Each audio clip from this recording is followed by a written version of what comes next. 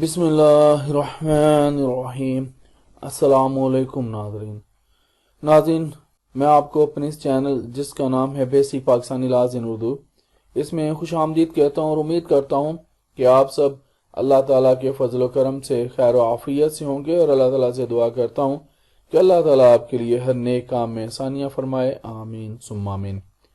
ناظرین، جیسا کہ آپ جانتے ہیں کہ ہمارا سلسلہ چل رہا ہے لیگل ٹرمینالوجیز کا، تو یہ سلسلے کی تیسری ویڈیو ہے، یعنی کہ حصہ سوم ہے، پارٹ 3 ہے۔ قانونی اصطلاحات بما اردو ترجمہ اور تفصیل یہ ہم لوگ جان رہے ہیں۔ Legal terminologies with Urdu meanings and explanations.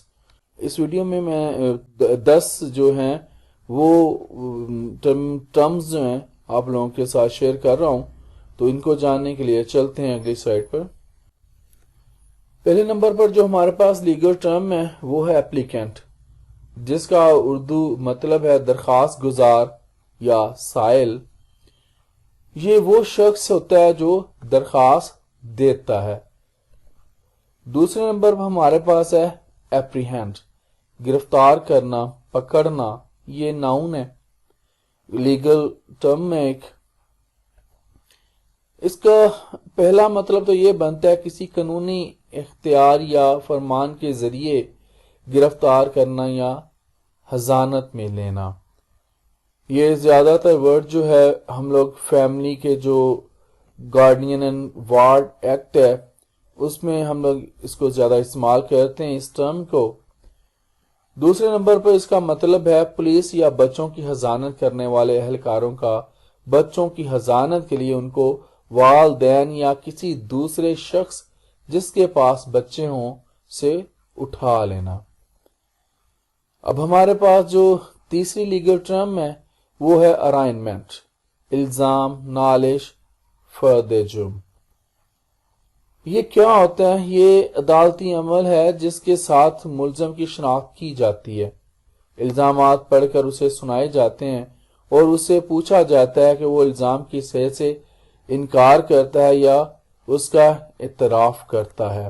اگر دیکھا جائے تو فرد جرم کا ورڈ آئے تو ہم لوگ سمجھتے ہیں فریمنگ آف چارجز، تو یہاں پر ارائنمنٹ بھی اسی قسم کا مطلب دے رہی ہے، یہ والی جو ٹرم ہے۔ چوتھے نمبر پر ہمارے پاس جو ٹرم ہے وہ ہے ایریئرز، بقایا جات۔ اس کو بہت سارے لوگ جب اکاؤنٹنگ سے واقف ہے، اکاؤنٹس کو جانتے ہیں، ان کو پتہ ہی ہوگا بقایا جات کیا ہوتے ہیں، ایریئرز کیا ہوتے ہیں، لیکن قانون کی زبان میں ایریئر کیا ہوتے ہیں یہ ہم لوگ اب جانتے ہیں۔ ایک مخصوص رقم جس کی مقررہ وقت پر جزوی ادائیگی یا عدم ادائیگی ہوئی ہو اسے ہم لوگ بقایا جات یعنی کہ ایریئرز کہتے ہیں۔ پانچویں نمبر پر ہمارے پاس جو ٹرم ہے لیگل وہ بڑی اہم ہے، وہ ہے گرفتاری، جس کو انگلش میں اریسٹ کہتے ہیں۔ اب گرفتاری کیا ہوتی ہے؟ یہ ایک ایسا عمل ہے جس کے تحت فوجداری کریمنل الزام کے جواب میں ایک شخص کو قانونی حراست میں لیا جاتا ہے۔ یہ کریمنل کیسز میں گرفتاری جو ہوتی ہے وہ عمل میں آتی ہے۔ نمبر 6 اسیسمنٹ، تخمینہ یا جائزہ۔ نقد رقم کی بنا پر کسی چیز کی مالیت لگائی جاتی ہے، اس کو ہم لوگ اسیسمنٹ کہتے ہیں، تخمینہ کہتے ہیں، جائزہ کہتے ہیں۔ اب 3 معاملات میں اس کو میں آپ کے ساتھ شیئر کروں گا۔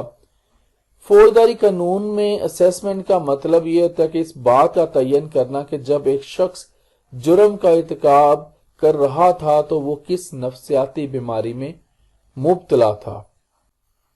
دوسرے نمبر پر جو اس کا مطلب ہمارے پاس ہے، دیکھیں تو تیسرے نمبر پر ہے یہ، لیکن کیونکہ میں نے اور سلسلہ شروع کیا ہے، دیوانی قانون میں اس کا کیا مطلب ہے، اس بات کا اسیسمنٹ کا کیا مطلب ہے؟ اس بات کا تعین کرنا کہ کیا ایک شخص اپنی جائیداد کی دیکھ بھال کرنے کی ذہنی صلاحیت رکھتا ہے، اپنی ذاتی دیکھ بھال کے بارے میں فیصلہ کر سکتا ہے، وکیل کی خدمات حاصل کر سکتا ہے اور اسے ہدایت دے سکتا ہے۔ تیسرے نمبر پر ہمارے پاس ہے